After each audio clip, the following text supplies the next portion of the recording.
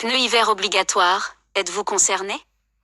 À partir de ce vendredi, votre véhicule devra être équipé en cas de neige et de verglas si vous circulez dans certaines communes, comme l'exige la loi.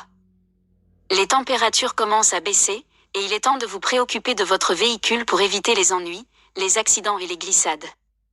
La loi montagne demande aux automobilistes de prévoir des équipements spéciaux du 1er novembre au 31 mars, comme tous les ans depuis 2020, rappelle Capital. Quel véhicule? Les automobilistes doivent avoir en leur possession des dispositifs antidérapants amovibles. Cela concerne tous les véhicules à 4 roues, voitures, bus, utilitaires et poids lourds. À noter que les véhicules portant des pneus à clous sont exonérés des obligations d'équipement, explique le site internet de la sécurité routière. Si vous ne respectez pas la loi, votre assurance pourrait refuser de vous prendre en charge ou de vous indemniser en cas d'accident. Il s'agit d'éviter les situations de blocage en région montagneuse, quand des véhicules non équipés se retrouvent en travers de voies, dans l'incapacité de se dégager, immobilisant tout un axe de circulation, précise la sécurité routière. Quels équipements? Cette année, une nouveauté est à prendre en compte.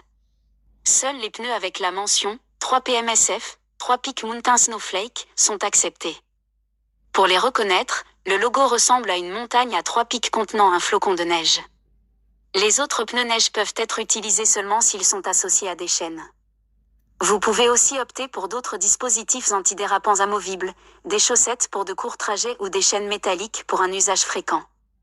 En cas d'absence de neige ou de verglas, les dispositifs amovibles sont conservés à bord du véhicule, précise la sécurité routière.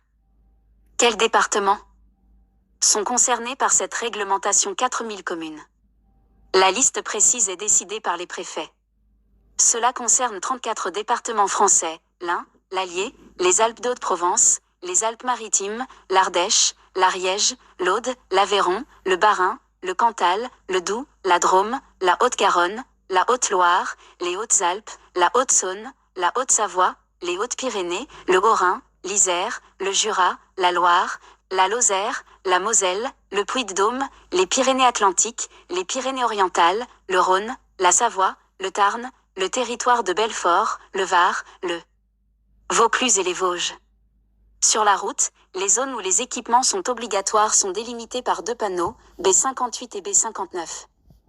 Quelles sanctions? Cette année, les forces de l'ordre ne devraient pas verbaliser car le décret n'a toujours pas été signé, alors que la loi a bien été promulguée. Logiquement, les automobilistes qui ne sont pas correctement équipés encourent une amende forfaitaire de 135 € et une immobilisation du véhicule.